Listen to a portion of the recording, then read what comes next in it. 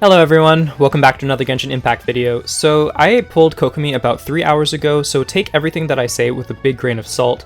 As I play more with her, I might find out a little bit more, I might be able to work something out, but if I'm being completely honest, as of right now, she's pretty underwhelming. Now, this isn't to say that she is a bad character. In fact, I don't think that at all. I think that she is a pretty good character, but I was extremely underwhelmed by her damage potential. If I had to break things down as simply as possible, I would say that she is a lackluster main DPS, a pretty decent sub DPS, and a pretty decent support unit. In this video, I'm going to try to break things down for you the best that I can, step by step, so that you can make an informed decision on whether or not you want to summon for Kokomi yourself. If you do end up finding this video helpful at all, please feel free to leave me a like and comment down below. It really does help me boost into the YouTube algorithm, and I'd greatly appreciate it. And if you want to see more Genshin Impact content from me, feel free to subscribe. I'd love to have you here. Okay, and with all that out of the way, let's get into what makes Kokomi a good or bad character depending on how you look at it. So what makes her so bad as a main DPS? Well, it really comes down to that negative crit rate. It should be no surprise that her negative 100% crit rate once she ascends her passive was going to lead to some pretty lackluster numbers in regards to her auto and charged attacks. However, I did personally believe prior to her release that when she did use her burst, that her damage spike was going to be way more than it actually is. While her burst does increase her damage numbers, it's okay, it's not great.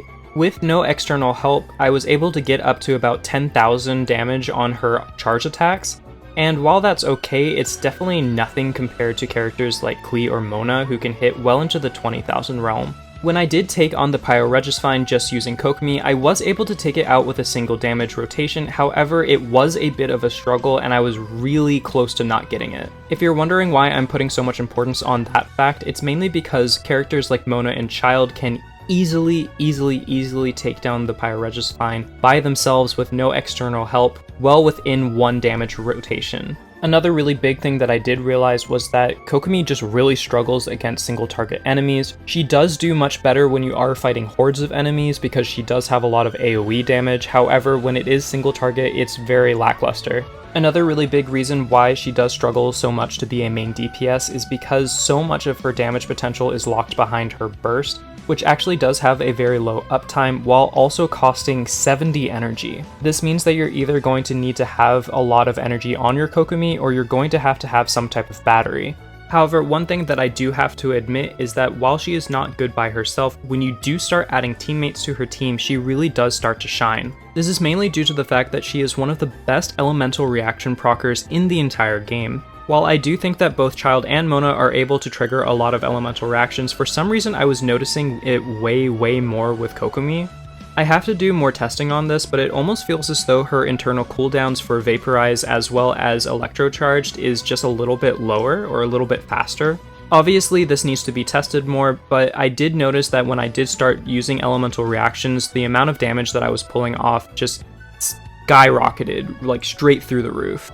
Now, while this will be true for any character across the board, like I said, I do think that for some reason, Kokomi's internal cooldowns just seem to be able to trigger reactions faster and more effectively. This is why I think that she shines way more as a sub DPS or quick swap unit than a main DPS. As a main DPS, she's extremely lackluster, but as soon as you start adding elemental reactions, as well as building on her elemental mastery, that's when you're going to start seeing a big difference in damage numbers.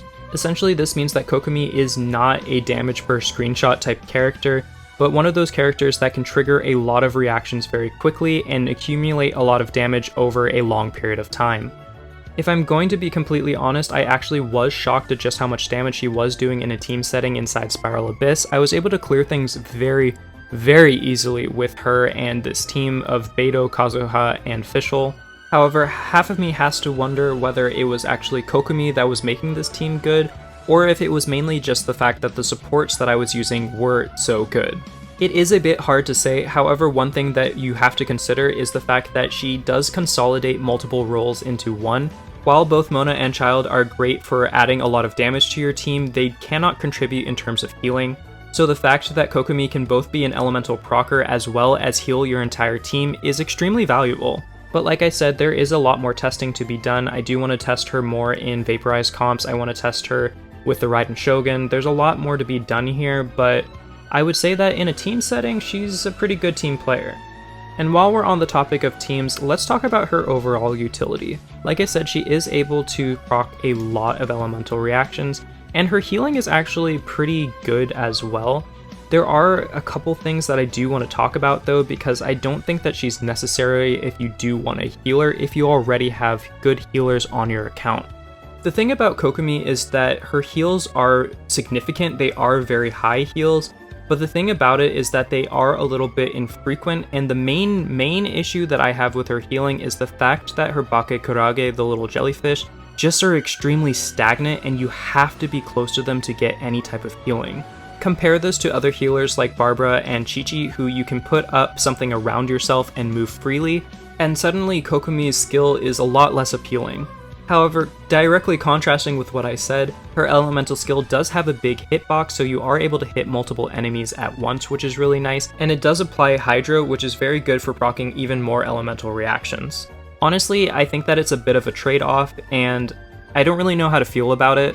I really do wish that the jellyfish would just have a little bit of an AI that would, instead of targeting enemies or drawing their attention, I just kind of wish that it would directly follow Kokomi or whoever your main party member was. That way you wouldn't have to be worried about being next to it at all times in order to actually be healed. As for the healing during her burst window, I have to be completely honest, I was very underwhelmed by it. Considering how much of her healing is directly locked behind her burst, it was a little bit underwhelming to see how much it healed, because it felt as though she was healing as much as Jean or Chi-Chi whenever they do auto attacks. Like, if I'm being completely honest, I kind of expected like almost every single hit to be healing about a third of each character's health, but it was doing far less. The main issue that I do have in regards to her healing in general is the fact that you are sacrificing 100% of your crit rate in exchange for healing bonus, and it just feels as though her healing just isn't up to snuff considering how much of a loss of damage that you're taking. Honestly, if they were going to do something like this, to actually make it more balanced, it feels as though it should have been minus 100% crit rate for 100% healing bonus. Crit rate and crit damage are so incredibly valuable for overall damage output in Genshin Impact that it really feels as though they would really have to push that healing bonus and bonus damage that she got from her healing bonus damage to the absolute max in order to make it actually worth it.